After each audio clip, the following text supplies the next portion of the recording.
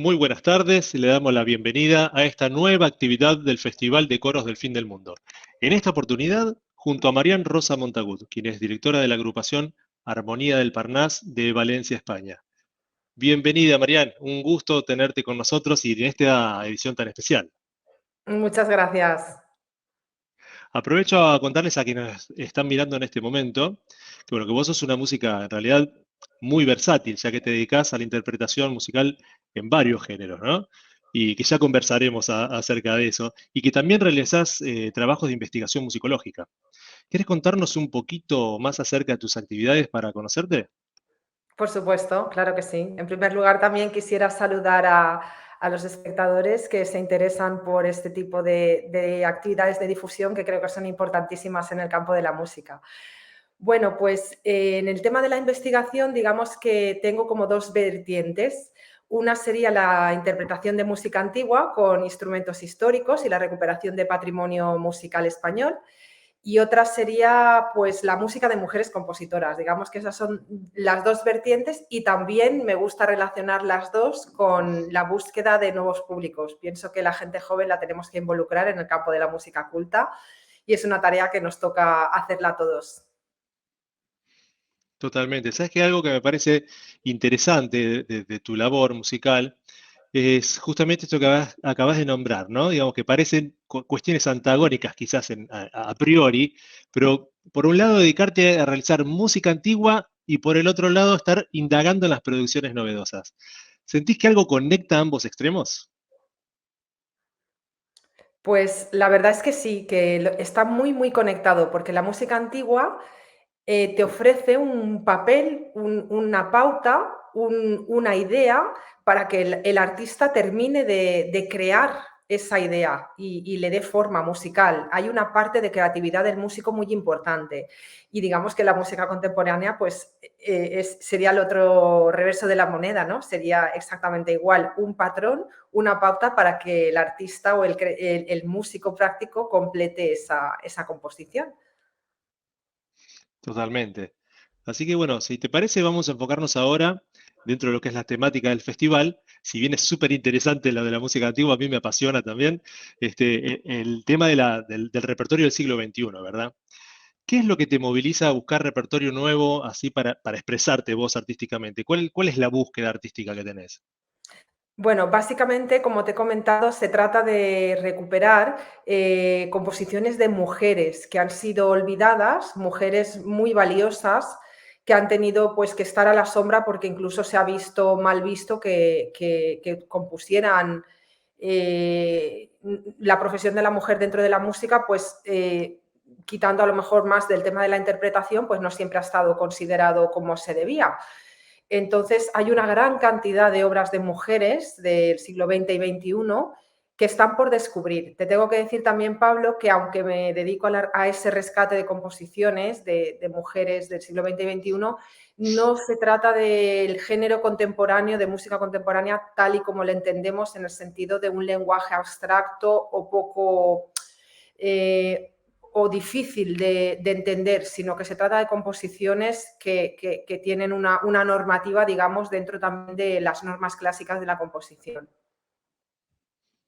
Tal cual, sí, sí, entiendo. Es muy interesante ahora también porque, pues yo después te voy a hacer alguna pregunta al respecto, ¿no? Porque cuando uno habla de música actual en el ámbito académico, se imagina por ahí este tema de abstracciones musicales y que en general para un público no tan conocedor son como bastante distantes, ¿no? Y te pregunto, con respecto a lo que venías contando de las mujeres compositoras y de este proyecto que tenés para poner en valor un poco a estas compositoras, eh, ¿cuáles a tu criterio los principales desafíos en la actualidad de la realización musical para poner en marcha todo esto? Pues uno de los desafíos, digamos, más complicados, como te he comentado antes, es el captar al público joven.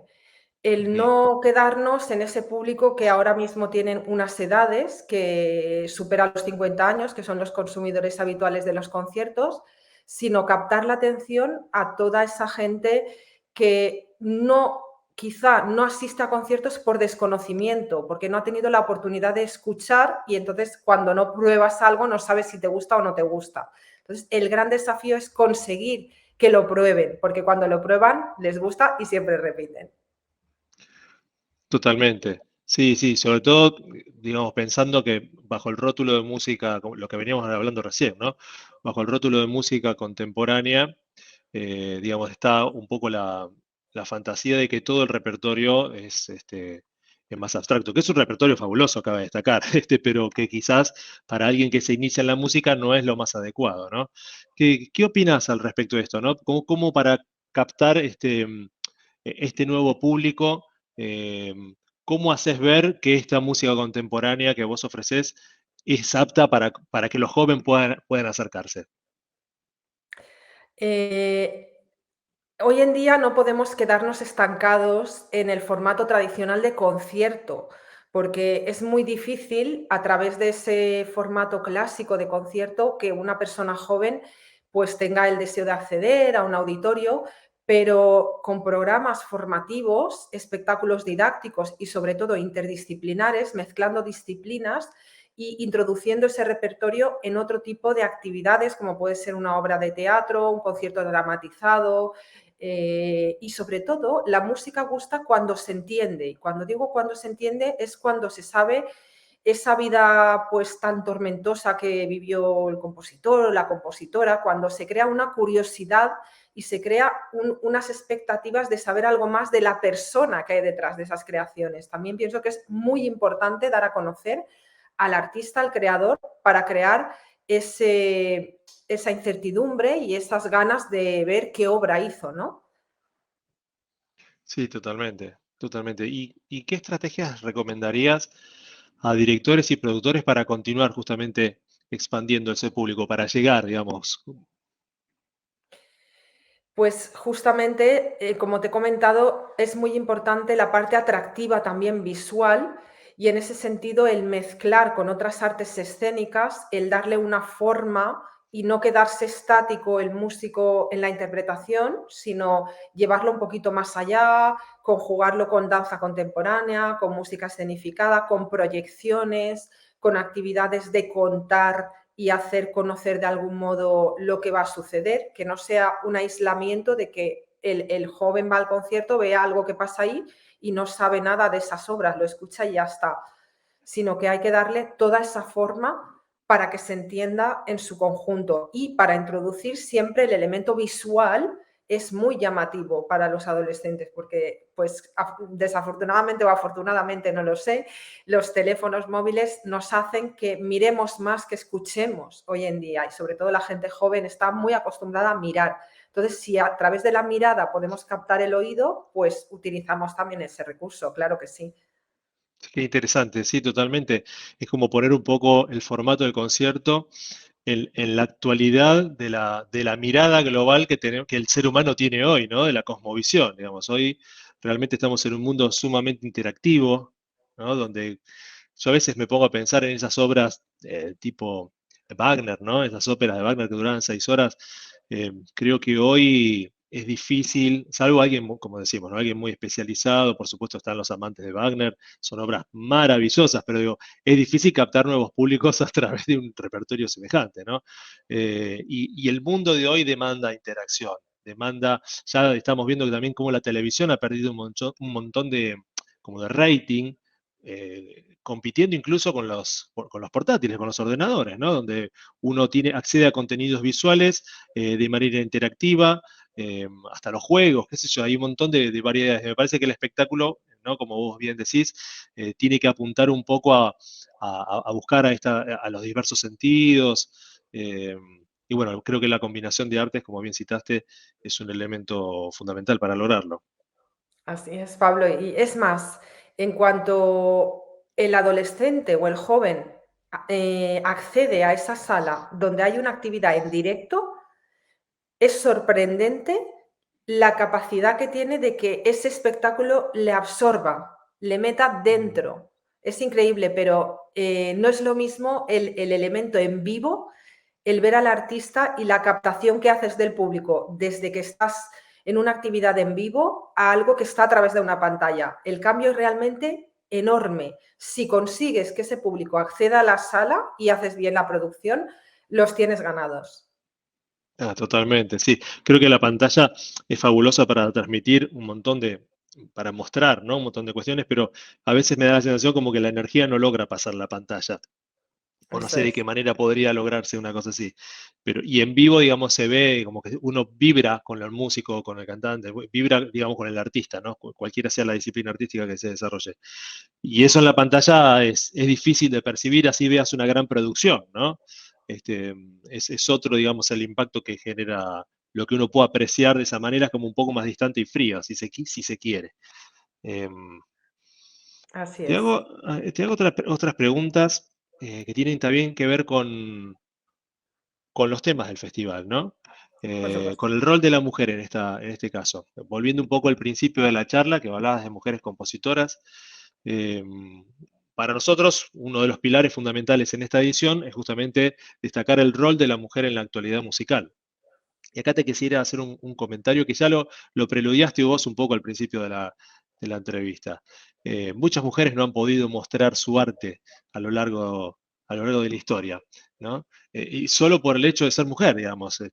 Uno de los casos que se me viene a la mente en este momento es la hermana de Mozart, Nannerl, que el propio Wolfgang decía que era una genia, que era una maravilla musical, y no se pudo desarrollar profesionalmente del modo que hizo su hermano. ¿Verdad? Eso es tremendo, ¿no? O sea, es probable que nos hayamos perdido una genia colosal de la historia de la música. Digo, ¿vos sentís que se hayan producido avances importantes en este tiempo al respecto?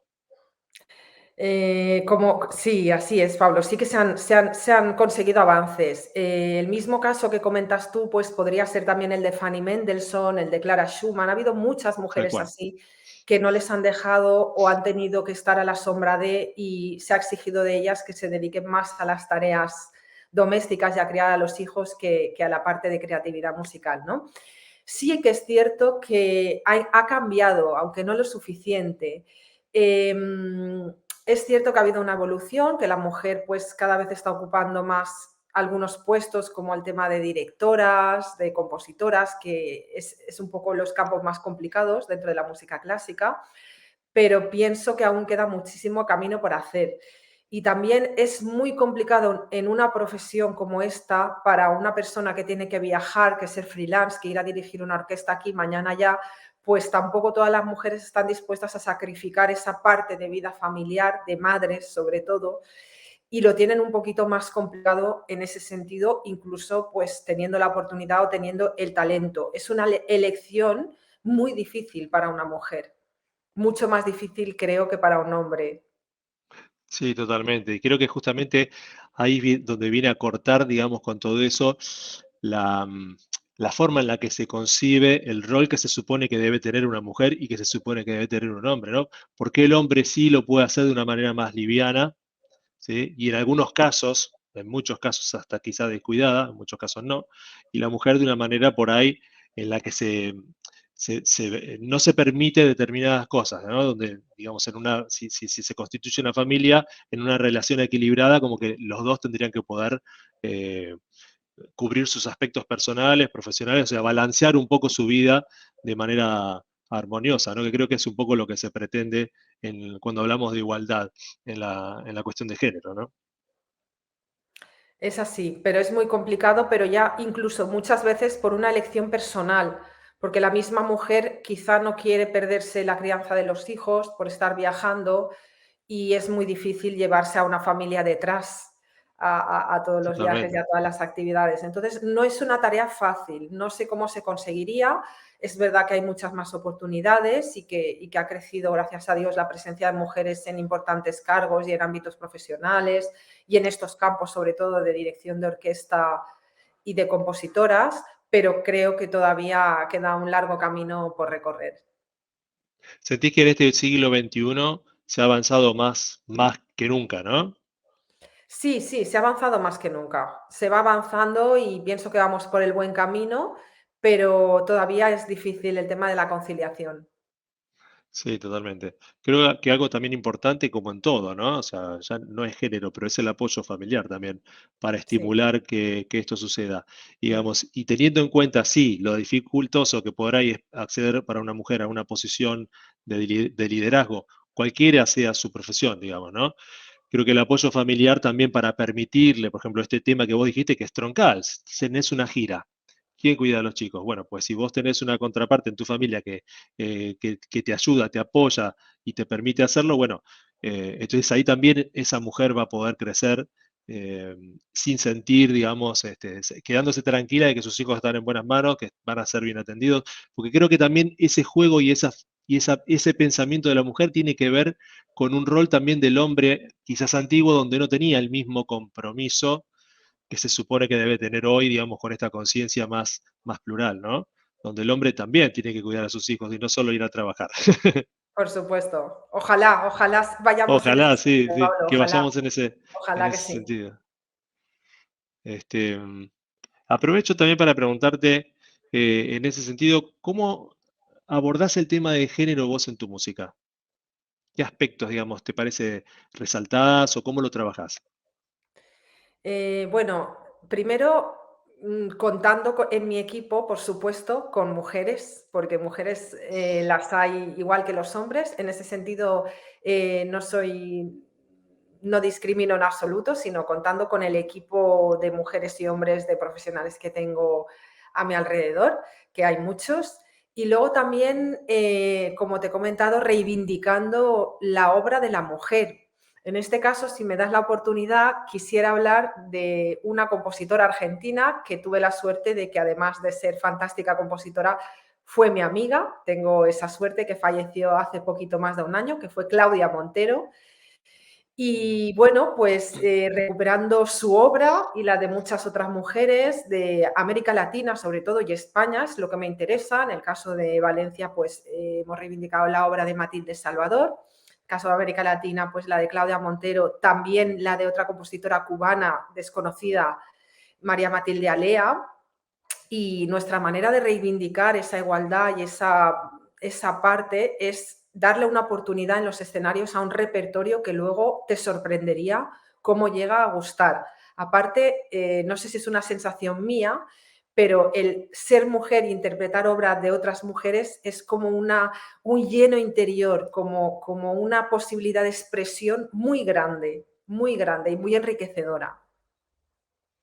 Es increíble, digo, qué maravilloso que puede que esté dándose esa circunstancia, ¿no? Pensá que esto no hace mucho tiempo atrás, hace, no sé, 20 años, ¿no? No, uno no podía ver un programa de concierto así, y es más, yo me acuerdo, de vuelta digo, no hace tanto tiempo, que ver a una mujer directora era extraño. Era extraño, o sea, como que sorprendía ver en ese rol, hasta que hoy por suerte ya no, ya nos acostumbramos a ir por todo el mundo, han demostrado dirigir perfecto, esos son avances también, ¿no? Todos empezamos a aceptar eso y que después te das cuenta que decís, ¿por qué no? ¿Por qué no? Sí, ¿Verdad? así es.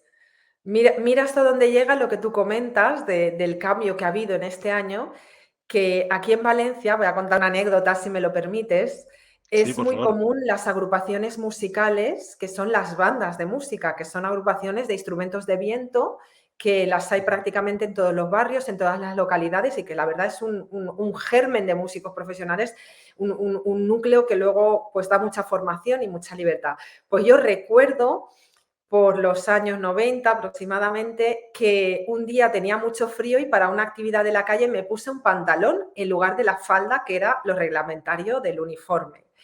Y bueno, creé una revolución porque todos los señores mayores empezaron a insultarme, a meterse conmigo y a decirme que por qué llevaba el pantalón. Wow, Y bueno, ahora me alegra ver que en mi barrio todas las chicas de esa agrupación van con pantalón. Me mirá vos. alegra, pero costó. Una anécdota tan pequeña como esa, te puedes imaginar. Sí, No sí, teníamos sí, sí. derecho a, cuando estábamos en invierno a 5 grados, pues ponernos un pantalón. Teníamos que ir Sí, con sí, la sí. falda, con las medias. Una anécdota tan pequeñita, lo importante que puede llegar a ser. Imagínate de Es ahí a coger una sin- batuta y ponerse enfrente de esa agrupación. Tal cual, es significativo, tal cual. Sí, sí, sí, Mucho. sí, sí.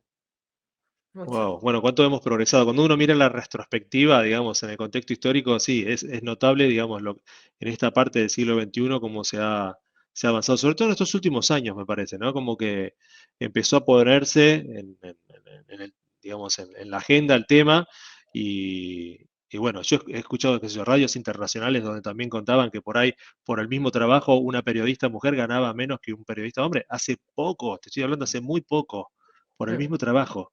Y eso yo me sorprendí, no me imaginé que algo así podía suceder, pero bueno, es como, son cuestiones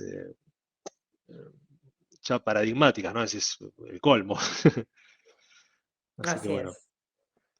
Y aprovecho para ir a otro de los ejes del concierto, volviendo al tema de los formatos de concierto. Perdón porque tengo que cambiar de tema, digo, si bien está interesantísimo, porque el tiempo también nos va corriendo. Eh, ¿Cómo son los ejes más habituales que vos trabajás o que tenés en cuenta para descontracturar este concierto esta forma de concierto tan tradicional? Me comentaste que por un lado eh, hacías actividades interdisciplinarias. eh, ¿Qué otras cuestiones podés trabajar si apelás a lo sensorial? ¿Cuáles son los ejes que más priorizás a la hora de descontracturar este concierto, entendiendo como concierto tradicional esta cuestión de artista en el escenario y público rígido, escuchando y no haciendo absolutamente, no interactuando en nada, ¿no? Con el artista.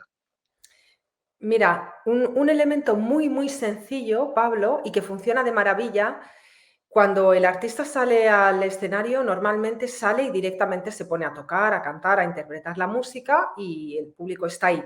En el momento en que ese artista es capaz de interrumpir entre obra y obra, dirigirse al público y explicarles de qué se trata, lo que está haciendo, qué compositor ha escrito esa música, en qué contexto, si tiene alguna anécdota, desde el momento que es una interrupción de 4 minutos de la música, el público da un giro en la atención con la que escucha ese repertorio que ofreces a continuación. Es muy insignificante, pero es romper esa escucha inexplicada con un programa de mano, con un diálogo que acerca muchísimo al público. Eso hasta en el formato de concierto más tradicional lo he hecho. Y luego muchas veces el público me ha dicho, oye, ¿por qué no nos has contado un poco más? Que nos hemos quedado con las ganas. Porque es que luego entonces hemos entendido muy bien la obra. Pues algo tan pequeño como eso ya es un acercamiento enorme al público. Qué interesante, sin duda, digamos, el poner enmarcar, ¿no? Lo que uno va a escuchar ya predispone. Y también Si me nosotros, el permites, conocimiento. Sí, sí, por sí. favor. Si me permites la comparación, te voy a comparar, por ejemplo, pues cuando un visitante entra a un museo y se pone a ver los cuadros de la sala y tiene su pequeña explicación, pues está pintado en el siglo XVII, pues por tal, en fin. Pero imagínate que ese visitante va con un guía y le va Claro. contando cada cosa de un cuadro. No lo va a ver igual, no va a ver el cuadro de la misma manera, ni lo va a entender igual, ni se va a quedar captado de la misma manera por ese arte, ¿no? Pues es exactamente lo mismo. Tal cual. Sí, sí, sí, sí.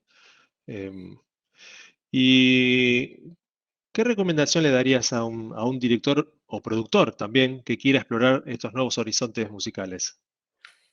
Mira, perdóname que voy a continuar un poquito también en la línea de lo que Sí. estábamos hablando antes de dar estos consejos que me pides.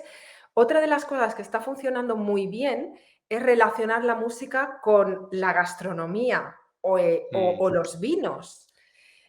Son ahora muchas las bodegas que también ofrecen actividad cultural, al menos aquí en España, y imagino que vosotros también las tenéis. Y ese acompañamiento quizá de una actividad y de un concierto con una cata de vino, con el estímulo no solo de los oídos, sino también del gusto, de los sabores, también es muy atractivo.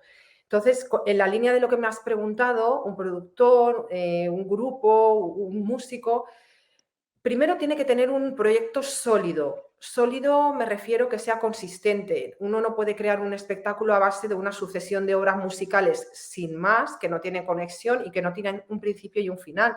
Yo siempre digo que un concierto es una pequeña exposición muy pensada, en la cual todo tiene que estar muy enlazado, todas las piezas, y el bloque en sí es todo un único concepto y una única idea que tú quieres dar al espectador.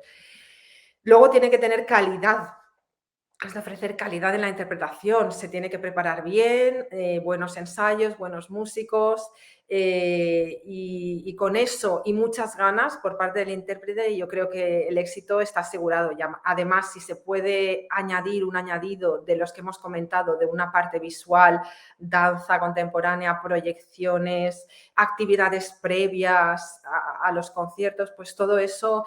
Yo pienso, Pablo, que tenemos futuro en la música clásica. No quiero pensar que no lo tenemos. Y además veo que lo tenemos, pero que tenemos que trabajar bien. No podemos ofrecer el repertorio, siempre estar con las sinfonías de Beethoven, que son maravillosas, siempre estar con las estaciones de Vivaldi, que también son maravillosas. Tenemos que innovar en repertorios, innovar en la forma de hacer repertorios y sobre todo conseguir que los jóvenes vengan, y si tenemos que utilizar sus propios recursos para captarles, pues lo tenemos que hacer, porque de otra manera es como cuando un niño pequeño no quiere probar algo y le engañas con otra comida, y cuando prueba eso nuevo, ¡oh!, le ha encantado, ya lo va a querer ya sin lo otro.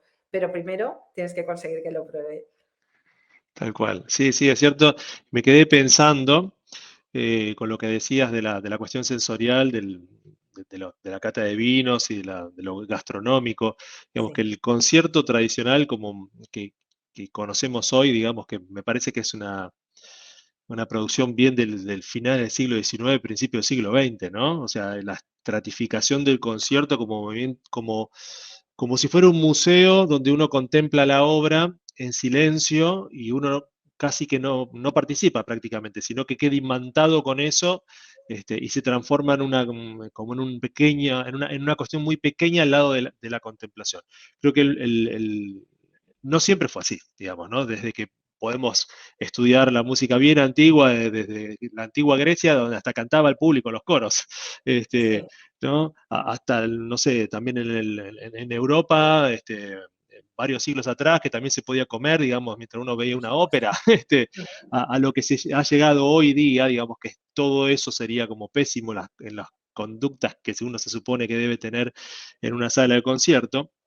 Si bien debo confesar que me molesta muchísimo los ruiditos de los caramelitos en los conciertos, esa rigurosidad creo que le ha hecho también mucho daño, ¿no? O sea, por ahí ese momento es verdad que uno trata de cuidarlo para que nada distraiga esa atención sublime, pero también ha hecho mucho daño, porque hay gente que no permite el acceso de otros públicos. Entonces creo que todo esto que vos acabas de comentar son estrategias muy buenas también para flexibilizar un poco el formato sin desmedro de la calidad artística, y que se puedan acercar nuevos jóvenes y que empiecen a fortalecer, y que eso también se empiece a encontrar la nueva forma de decantar en la actualidad, ¿no? Porque es así, todo va representando los momentos que la humanidad va transitando a lo largo de su propia historia.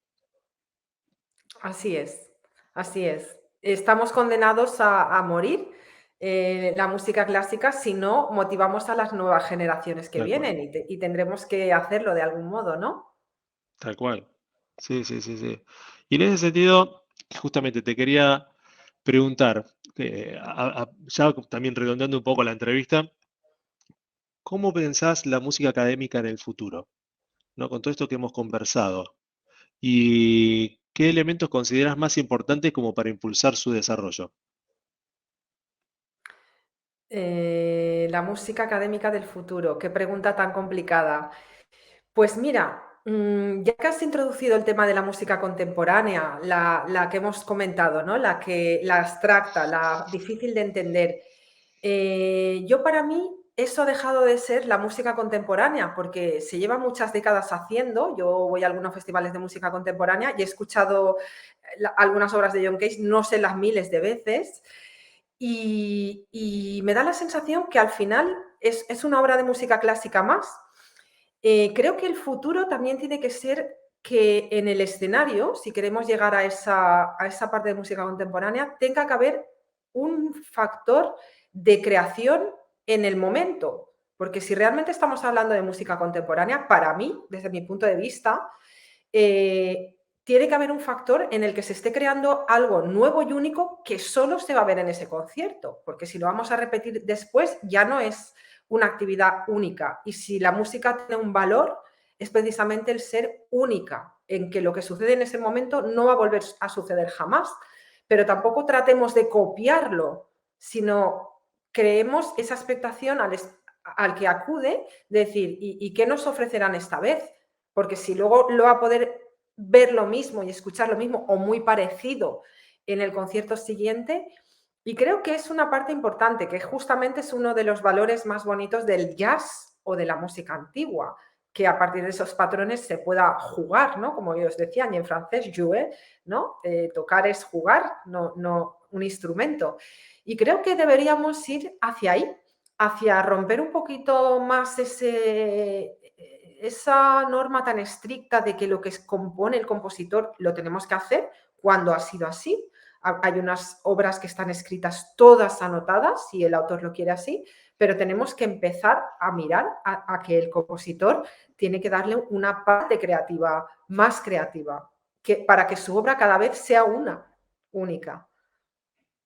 Totalmente. Digo, también estaba pensando mientras te escuchaba que también, digamos, esto que acabas de decir, la rigurosidad de la interpretación de la partitura, también es una visión de finales del siglo XIX y principios del siglo XX, ¿verdad? Como que antes también incluso se retocaban un poco las obras en base a muchas cuestiones. Bueno, así que es, digamos, todo es en la medida que hay un consenso general que lo aprueba y decide que las cosas sean de esa manera, ¿no? Así que eso es formar un paradigma, digamos. También se puede romper y empezar a reconstruir otro de otra manera que sea un poco más, digamos, inclusiva de las nuevas generaciones musicales que por ahí ya no aceptan ese tipo de dogma musical. Y es interesante escuchar eso como para generar un desarrollo sostenible de la actividad artística futura, ¿verdad? Pues sí, algo tendremos que ofrecer para captar a los públicos y que haya un atractivo, aunque la música en sí alimenta de tal modo el alma que yo pienso que ya en sí mismo el acudir ahí enriquece tanto que es como una pequeña droga, ¿no? Tanto para el músico como para el oyente. Totalmente. Bueno, Marian, te agradezco muchísimo la participación en nuestra entrevista, en esta tercera edición del Festival de Coros del Fin del Mundo llamado Nuevas Músicas. Es un honor y un lujo para nosotros tenerte aquí hoy y ya estamos cerca del final del festival hoy, así que muchas gracias por venir. Muchísimas gracias a vosotros, Pablo, y me permites que espero la próxima vez, en lugar de estar aquí a través de la pantalla, pues poder acudir, que sé que este año, claro, ya habéis tenido muchos conciertos en directo y todo no ha tenido que ser online y eso es maravilloso, ¿no? Poder acceder ya rompiendo esta pantalla que nos ha sido obligado en estos años.